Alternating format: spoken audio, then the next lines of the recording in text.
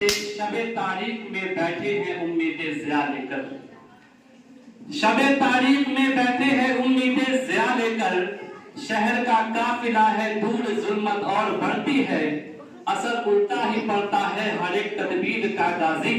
विसाल याद होता है तो नफरत और बढ़ती है। मुफ्ती अफ्ताल आलम भाई साहब।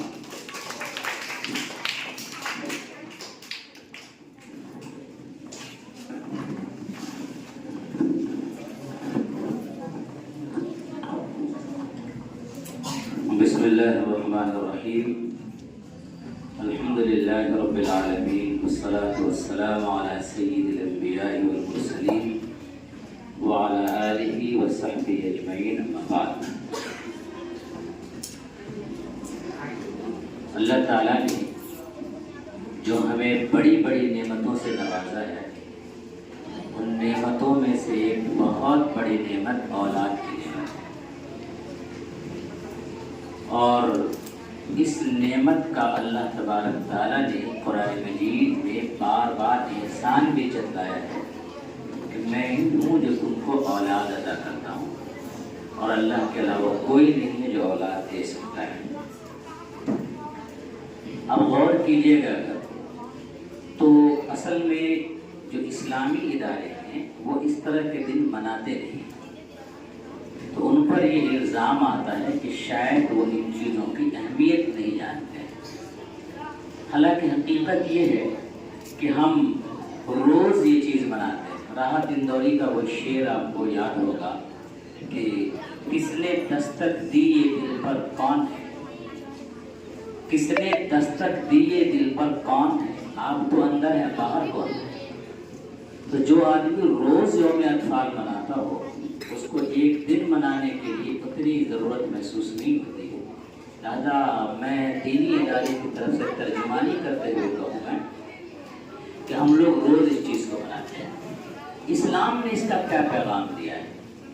इस्लाम ने ये पैगाम दिया है कि जिस दिन बच्चा पैदा हो उस दिन उसके कान में अल्लाहु अकबर की सदा लगा दो।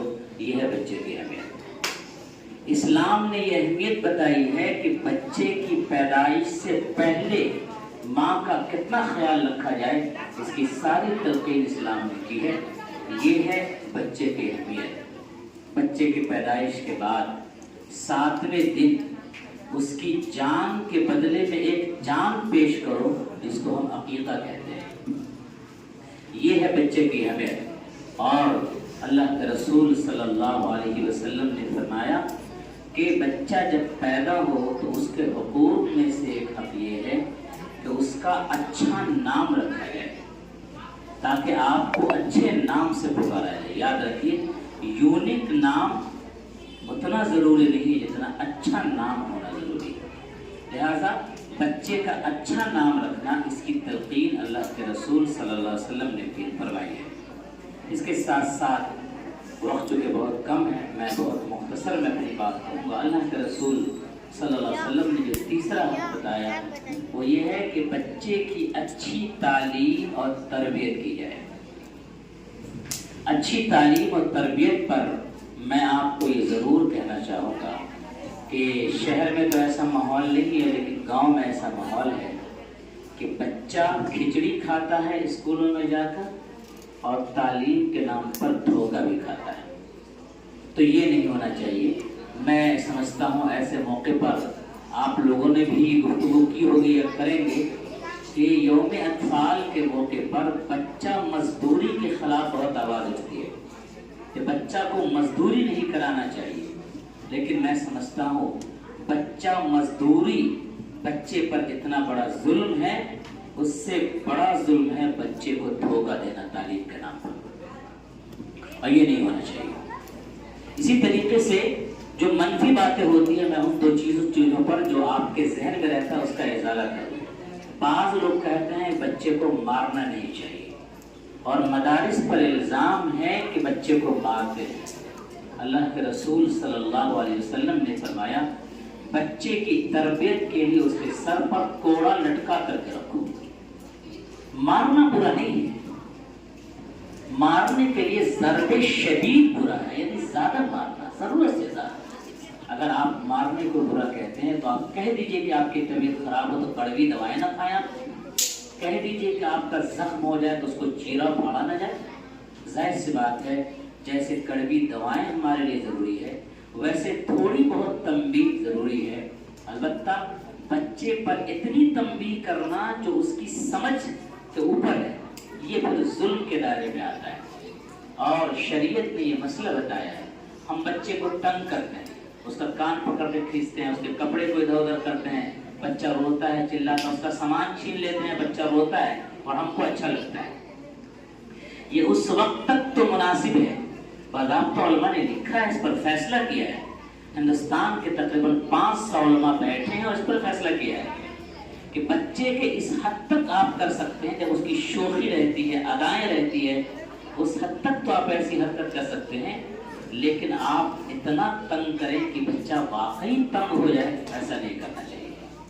جیسے کسی بچے کے چھوٹے بھائی کو اٹھا لیجیے تو وہ ہم اس کو لے کے جا رہے ہیں، بچہ روتا ہے، اب آپ کو غور کرنا چاہیے اس کے رونے کی حد کیا ہے۔ اگر رونے کی حد شوخی کی حد تک ہے تو درست ہے، اور اگر شوخی کی حد سے وہ بڑھ جاتا ہے، اس کو تکلیف ہوتی ہے، اس کا کلیجہ ڈگمگانے لگتا ہے، تو شریعت نے بچے کے ساتھ بھی اس طرح کے مذاق سے منع کیا ہے۔ شریعت نے بچوں کے اتنے حقوق کا خیال رکھا ہے۔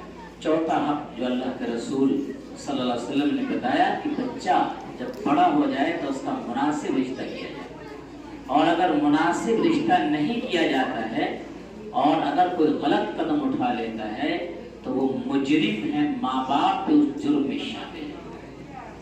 اس لیے یہ بھی ماں باپ کا حق ہے۔ بہت ساری بچیاں تعلیم کے نام پر کافی تاخیر کر دیتی ہے اس چیز کو۔ آپ اپنے ماں باپ کو اپنے ایک فریضے کے ادا کرنے میں روک رہے ہیں، اور وہ ماں باپ جو معاشرہ اور سماج بن گیا ہے، آپ جب گھر سے قدم باہر نکلتے ہیں تو آپ کے ماں باپ کا کلیجہ ہلتا ہے۔ ایسے حالات میں آپ کا عمل ایسا ہونا چاہیے کہ آپ اپنے ماں باپ کو اطمینان دلائیں اور ماں باپ کی اطاعت و فرمانبرداری کریں۔ بچے کے حقوق میں ایک اہم بات یہ ہے کہ لڑکی کو 13 سال سے پہلے غیر مکلف قرار دیا گیا ہے، اور لڑکا کو 15 سال سے پہلے غیر مکلف قرار دیا گیا ہے۔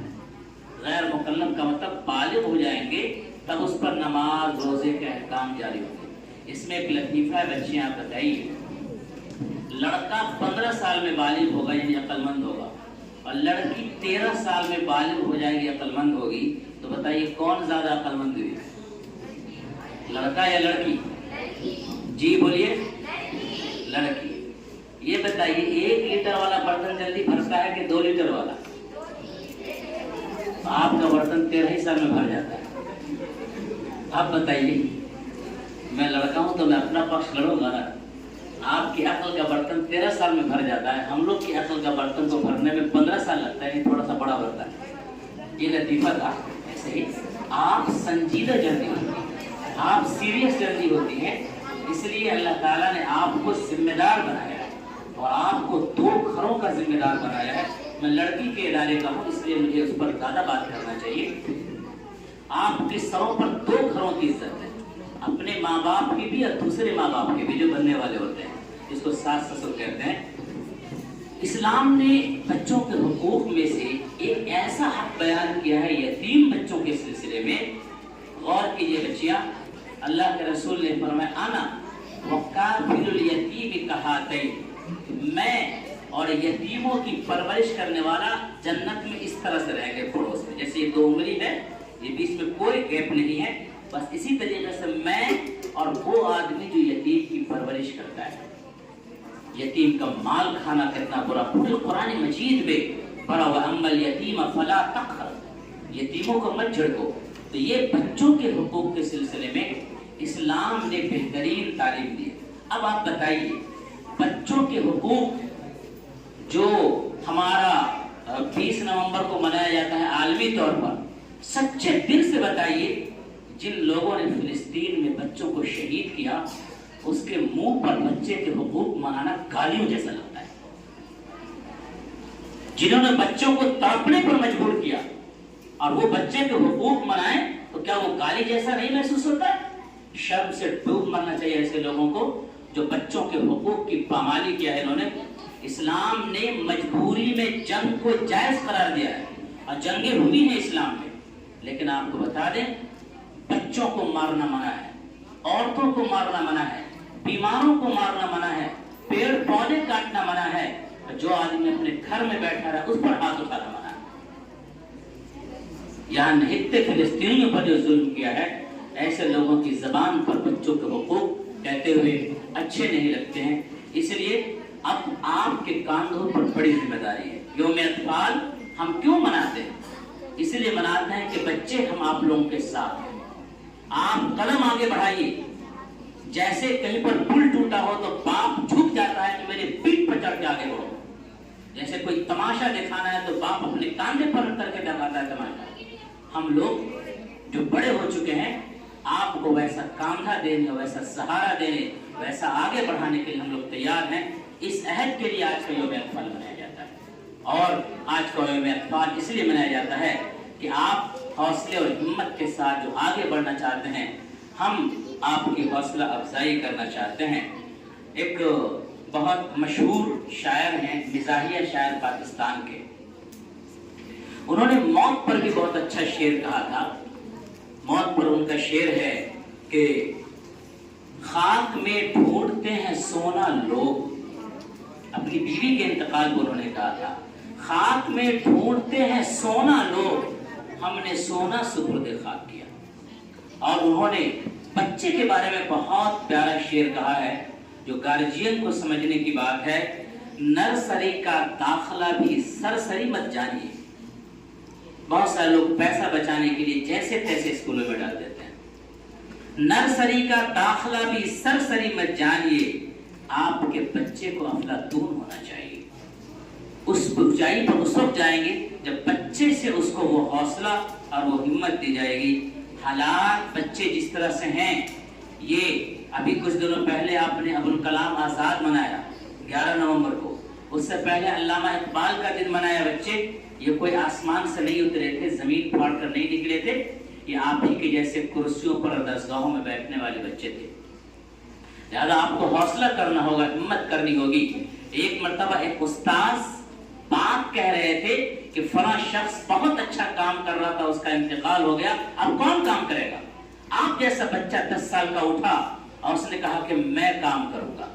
और उसके बाद उस बच्चे का दिल रोने लगा कि मैंने उस्ताद के सामने वादा किया है कि मैं काम करूंगा। वो बच्चा रोता रहा, सोचता रहा और आखिर वो हसन अल-बन्ना बना जिसने मिस्र के अंदर बड़ा इनकलाब पैदा किया। तो आप जैसे बच्चे इंशाअल्लाह बड़े होकर बहुत कुछ बनेंगे। मौजूदा हालात में हम लोग, सुन लीजिए बड़ी जिम्मेदारी के साथ ये बात कहता हूँ, हम लोग जितने तैयार होकर के आगे बढ़े हैं, हमारा काम चल गया है। आपने अगर अपने आप को ढंग से तैयार नहीं किया, आप नहीं चलने वाले माशरे में। लिहाजा आपको जम के तैयारी करनी होगी। अभी नन्हा सा पौधा है, बड़ा होगा तो फल देगा। हमारी कौम का बच्चा, ये मेरी उम्मीद है, हमारा कौम का बच्चा हवा का रुख बदल देगा। अल्लाह अमल की तौफीक दे। वाह।